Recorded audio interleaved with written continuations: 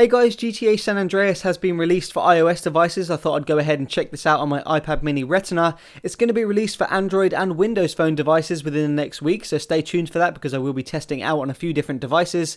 In terms of the price, it's £4.99 in the UK, that's around $7 in the US. Let's load it up here. Now obviously I'm using an iOS device, it's not jailbroken, it's not modified, so I can't run an FPS meter, so in terms of performance we're just going to have to judge that by eye. I know that's not the best way to do it, but we really don't have an option here. So we'll zoom in, and we have a social club menu. We'll skip that because no one cares. And here's the menu. So we'll dive into the options, see if we've got any graphical settings. Probably not, considering it's an iOS device. They usually don't give us those options. Let's have a look. So we've got controls. You can change the button position, change the layout. Game. Let's go into game. Okay, so we've got a traffic mode here. Heavy, I guess, is the maximum. Let's have a quick look. Classic, light, and heavy. Yeah. So while this isn't actually a graphics effect, it is going to affect performance on the device because I'm guessing it's going to have more cars on the road, and that, of course, renders more cars. It's going to take more processing power. So we'll leave that on heavy right now. If it's a bit laggy, we'll come in and we'll change it to medium and see what happens. Targeting mode, camera height. Yeah, moving on. Display setup, brightness and subtitles. Nothing to talk about there. Audio setup. Sound effects, radio, auto-tune, all that stuff, and language setup. So you've got all these different languages you can choose from. Let's dive into the game now. We'll start a new one, see how it loads up.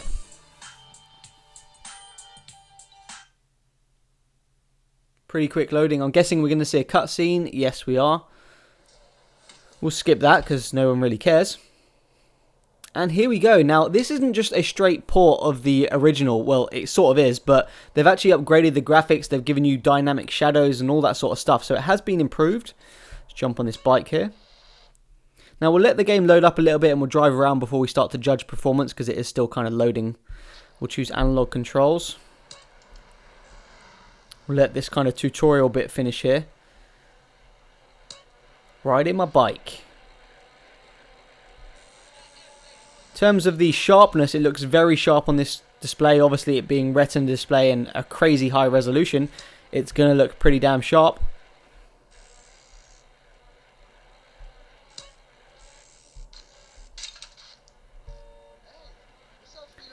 Okay, so we're still sort of going through the tutorial here, but the first impressions, I know I said I wasn't going to do that, but the first impressions on the performance is this is not running at 60 frames per second. You can sort of tell that. Hopefully that's coming through on the camera here. When you do some sort of sharp turns, you can see that it's not, I wouldn't exactly call it straight up lagging, but it definitely slows down a little bit. But, camera change here, are we? Camera change. Damn. Let's get in a car. Don't drive away from me. You bitch. Oh, come on. Just trying to steal a car. You shall do. So you can see the reflections on the car here. We're definitely running a pretty high graphics setting. Normally iOS devices do run the highest graphics setting possible. And this does look better than the previous version of, what was that, Vice City? Definitely looks better. There's definitely more people on the roads and things like that. Yeah, so performance-wise, I will be testing this out on my iPhone 5S as well, which don't forget has a lower resolution, so I am expecting the 5S to perform better than the Mini here. So, we'll just turn this down here because I can't even hear myself talk. But typically when we run these games on Android devices, they actually give us a lot more graphical options. You can actually change the resolution, the draw distance and everything like that. Can't do that on iOS devices, which is a little bit frustrating because we don't really know what graphics level it's even running at. That's kind of annoying. I wish they did have the graphics settings. So let's just spin around in a circle here. Notice the background. It's not a completely smooth image when it goes around like this, but you can see that there. Hopefully you can see that on the camera. But it's not bad. Let's not forget the resolution it's running at is pretty crazy. You can see here the damage on the car is definitely improved from the Vice City version. You can see it just looks better. You can see the actual cracking of the windscreen and things like that. I'm not sure if you can see that little dents. You can see a lot more noticeable. While I'm getting rammed by this guy, I'm trying to talk you through this. Oh god, now the car's on fire. Run away.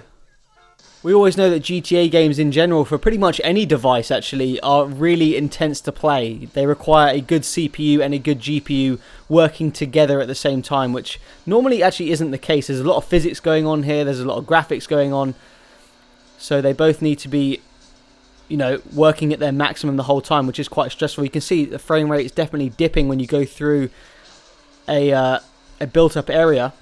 Look at that, you could just beat down. Oh crap. Yeah, and what? He's just standing there watching his cop get beat. Popped him too. Let's jack his car and run away. Oh, tyres busted. Nice little spark effects going on there. So you can see I've changed the traffic mode to light. I've already restarted the game, so it has taken effect. Let's see if there's any difference in the performance.